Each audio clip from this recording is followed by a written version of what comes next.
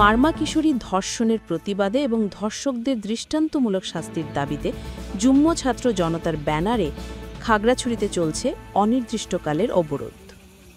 রোববার সকাল থেকে জেলার শহর ও শহরতলিতে সব ধরনের যান চলাচল বন্ধ রয়েছে। বন্ধ রয়েছে দূরপাল্লার বাসও। রাস্তায় টায়ার জ্বালানো ও ব্যারিকেড সৃষ্টি করে উত্তেজনা ছড়ানো হয়। এরই মধ্যে সাজেকে আটকে পড়া প্রায় 2147 জন পর্যটককে সেনাবাহিনীর বিশেষ নিরাপত্তায় ঢাকার উদ্দেশ্যে পাঠানো হয়েছে। অবরোধ চলাকালে শনিবার দুপুরে খাগড়াছড়ি সদর উপজেলা পরিষদ এলাকায় পাহাড়ি ও বাঙালিদের মধ্যে সংঘর্ষের ঘটনা ঘটে। এতে অন্তত 8 জন আহত হন। গুরুতর আহত নিকন চাকমাপকে চট্টগ্রামে পাঠানো হয়েছে। সংঘর্ষে বেশ কিছু দোকানপাটও ভাঙচুর ও লুটপাট হয়। এদিকে আইনশৃঙ্খলা পরিস্থিতির অবনতির আশঙ্কায় খাগড়াছড়ি পৌরসভা, সদর ও গুইমারা উপজেলায় 144 ধারা জারি রয়েছে।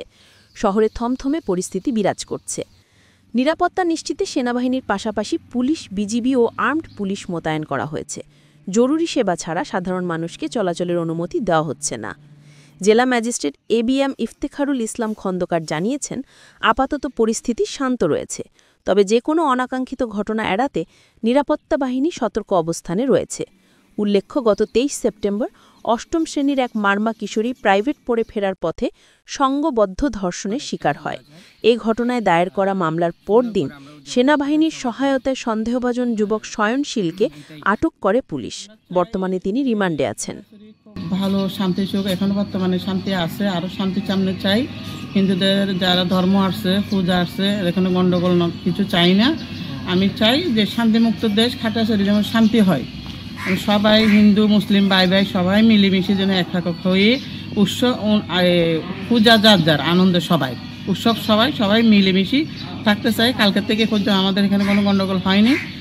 শহরে যে অবরোধের কর্মসূচি দেওয়া হয়েছে, এতে খাগড়াছড়ি শহরের মধ্যে জনজীবন স্বাভাবিক রয়েছে। শহরে কোথাও পিকেটিং হয়নি। তবে দূরপাল্লার গাড়ি চলাচল বন্ধ রয়েছে।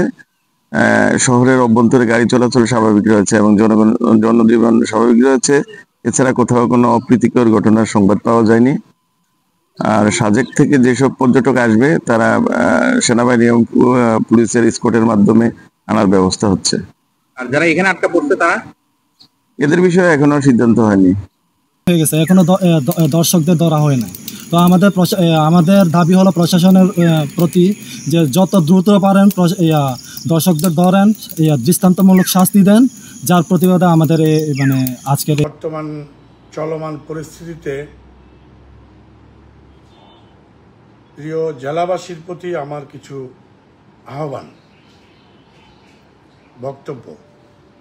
গত কয়েকদিন ধরে খাগড়াছড়িতে যে অস্থিতিশীল পরিস্থিতির সৃষ্টি হচ্ছে, অশান্ত পরিস্থিতির সৃষ্টি হচ্ছে, তা খাগড়াছড়ির এবং বাংলাদেশের যে সকল জনগণ ওই জেলায় যাতায়াত করে তাদের জন্য কোনোভাবেই অনুকূল না এবং শান্তপ্রিয় না।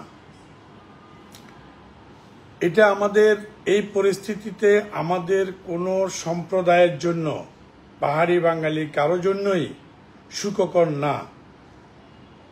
তাই আমি আহ্বান করব পাহাড়ি বাঙালি সবাইকে শান্ত থাকার জন্য, প্রশাসনকে অত্যন্ত সহনশীলতার মধ্যে থেকে পরিস্থিতি নিয়ন্ত্রণ করার জন্য আমার আহ্বান থাকবে।